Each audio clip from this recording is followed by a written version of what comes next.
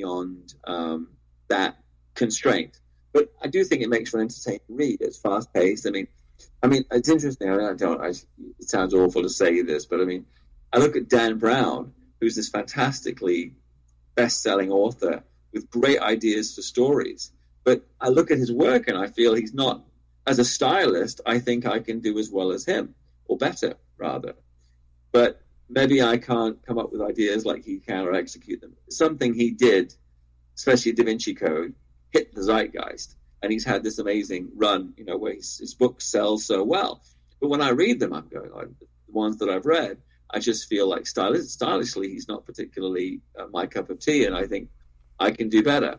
And I think that's the first step for having the courage to do anything creative, is to see somebody do something badly and go, you know what? I can do better. And then if it looked so effortless and if it looked so good, you might think, well, there's no way I could do that. So I definitely, as one of the things that I am doing every day, I want to develop as a writer of nonfiction and fiction. And I really want more time, because it does feel like, I look at people who I feel are underusing their time, and I want to be like a time vampire. I want their time too. I want to have 5 hours of their time as well as my own. I hope, so this is more of a vision. It's not a hope. It is a vision that I had after I got done reading The Blood Bond. I thought to myself, first and foremost, Bey, even if I take my fanboy hat off, I still think that this would make for a really great action flick. And then, I start thinking, it's been mentioned. It's been mentioned, and people have talked to me about the idea of going back and doing it.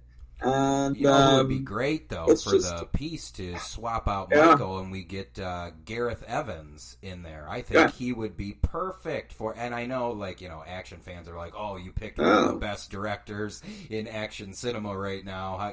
But I think of the piece, The Blood Bond.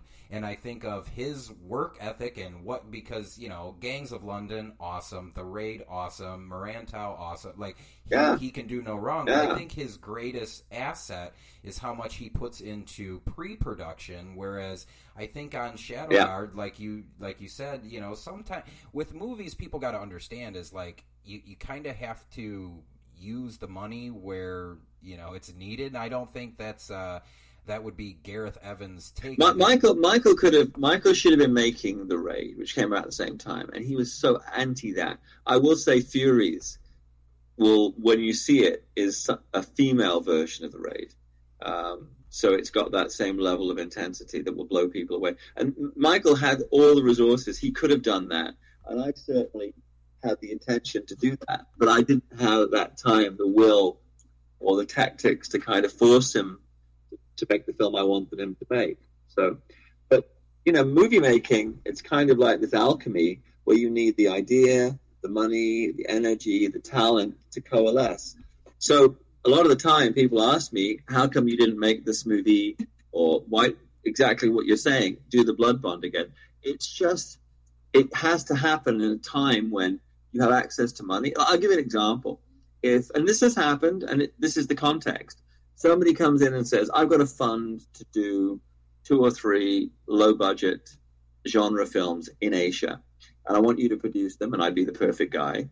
Do you have stories for films that we could do?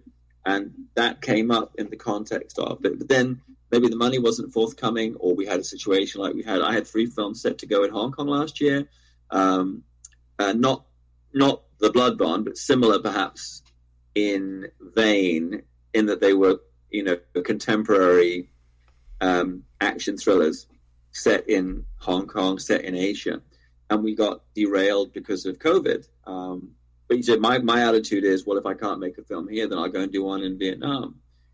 But I think the people have a misconception that because you've had a successful career making films, you can necessarily make any movie that you want to make. I mean, when I was doing Crouching Tiger in New Zealand, and this is the name drop of all name drops, I was at Peter Jackson Studios, the post-production facility, and ran into Ang Lee, who had directed the first Crouching Tiger. There's a story for another time, I think. But just coincidentally ran into Ang Lee, who told me that he was doing test footage for a movie he was making about the 1970s, the heavyweight boxers of the 1970s. And he's such a dear man, because he said to me, but it's not financed yet, Bey. And I'm like, oh, yeah, but, you're Ang Lee. You know what is interesting, Sean? What year was Crouching Tiger 2? 2000? To this day, I think he's just making it now. So even Ang Lee, right, had that intention and was doing test shoots for the special effects. And it took a while for him to get the money and everything in place to make the film. Funny you bring up Ang Lee. I still think Shadowguard is, if we're talking action films, this is not going to be a popular opinion on the podcast, but I adhere to no one. I do what the fuck I want. I think the Shadowguard is actually better than Gemini Man. And that is Ang Lee's latest work. I don't. Yeah, I mean, I hate to be. You know what the thing is? I hate to be a. Maybe I'm misspeaking here. I wanted to say that it feels like a lot of filmmakers have a secondary career criticizing other people's work. I think the truth of it is that wannabe filmmakers have a secondary career trashing other people's work. I certainly don't want to, not to be highfalutin or anything, Sean, but I don't want to be kind of like critical of anybody else's films outside of context of me working with them.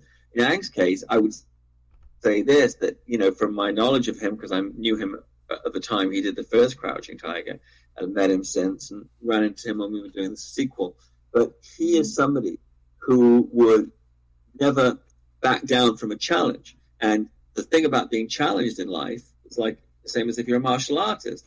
Sometimes you're going to win, sometimes you're going to lose. So you look at movies that he did, like the half-mile walk of Billy Lynn. Is that the one he did? Yeah. And you look at Incredible Hulk, and you look at Gemini Man, and these are perceived as disappointments, whereas something like Life of Pi was obviously a triumph. When you look on the face of it, here's a guy who accepts challenges. He says, oh, well, you do a Western, I'll do a Western. Do a Kung Fu movie, I'll do a Kung Fu movie. You do a, his career is so fascinating. And so I think Gemini Man was him accepting the challenge of doing a mainstream action film. And I think even not just Ang Lee, but John Woo and people, when they came to Hollywood, again, were given scripts and projects and accepted that challenge. But perhaps the work was not as interesting as, if the Gemini Man had been made by a Korean director in Korean, it would have been a very different, perhaps it would have been better received. Awesome, I don't know. Because the South Koreans can do no wrong with their action filmmaking. Right, I just watched one the other day. But without criticizing in any regard my greatly revered Ang Lee, I would say that the films he makes, what underlies them, and the thing is, he's never, in my opinion, making a movie for money, making a movie as a strategic move. It's a project that he's either as close to his heart, like Crouching Tiger was, or it's something where somebody throws a challenge down and says, okay, you're a Chinese director, make Sense and Sensibility, the most English of novels, into a film. And he did it magnificently. And I think that goes to his, I've taken a much safer route in that I've always looked for, written myself or accepted work on projects that were all, to some degree, in my, kind of in my lane. And I don't know, there are projects sometimes that come up or things I think about doing. And in fact, something I'm developing now that's very different. It's more like there's a British director called Mike Lee, who does these improvisational movies. I think the most famous of them is Nuts in May. And I'm thinking about doing something like that. And that may be another one, Sean, where you'd look at it and you might say, oh, but what would be behind it would be my desire to challenge myself. So I always look at somebody like that and go, whatever the final result, I'm really judging the courage and commitment of a filmmaker to constantly test themselves and challenge themselves. So yeah, I realize... as opposed to how I might feel about somebody who's just going through the motions. I mean, I'll give an example. I don't mind criticizing these because they're really beyond the pale. Like my friend Mikhail Hafstrom, who I worked on Shanghai with, directed Escape Plan with Sylvester Stallone and Arnold Schwarzenegger. And have you seen that film? I have. It's entertaining. And then somehow they made 2 sequels. Have you seen the sequels? I have not. Well, that's not... Anybody who made those movies was not going, you know what? I'm setting a challenge for myself. It was just like somebody... well, in this case, it was Mikhail Hafstrom. No, it wasn't Mikhail Hafstrom. I'm sorry. Tonight. We have to check who directed Shanghai, who also directed Escape Plan. But anyway, it's basically somebody had squeezed all the fruit out of the original script, and they picked up the rind, and they went, "Hey, you know what? We'll do these sequels." And you can't really, I don't respect that motivation, which was just, we'll just squeeze another buck from this turkey, right? You know, as you were talking there, I realized I may have sounded a little unfair, a little coarse to Ang Lee. Not what you feel. Not my intention. In fact, it's just this is just how I sound. I can't. Right. Yeah, it's more preference. And I think I'll annoy you with one other brief comment. It's just preference. Go ahead. I liked Shadowguard more than Gemini Man, just in terms of preference. As much like I like Crouching Tiger 2 more than I like Crouching Tiger 1. And it's not to say that Crouching Tiger 1 is bad. There's a guy. I just like Crouching Tiger 2 more. I just do. And I know that you've said it before, certainly the bane moves of your... faster.